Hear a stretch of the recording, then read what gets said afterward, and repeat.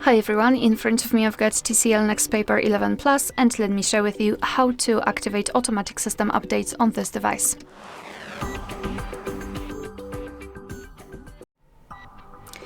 So let's begin with opening the settings, and we have to start with this left section. Here let's scroll up to the very top to find My Device. Then scroll down to find build number and keep tapping on it until you'll see that you're in the developer mode.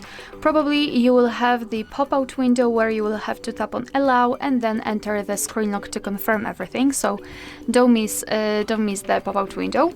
And after activating everything, just go back to this left section and scroll down to the very bottom to find the system. Right here we have to scroll down and find developer options, and now all we have to do is to scroll down just a little bit to find the option which is called automatic system updates.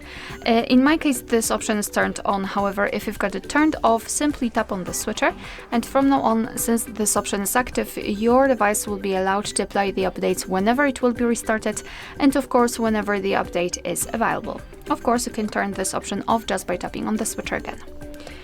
Alright, so that will be all. Thank you so much for watching. Please hit the subscribe button and leave the thumbs up.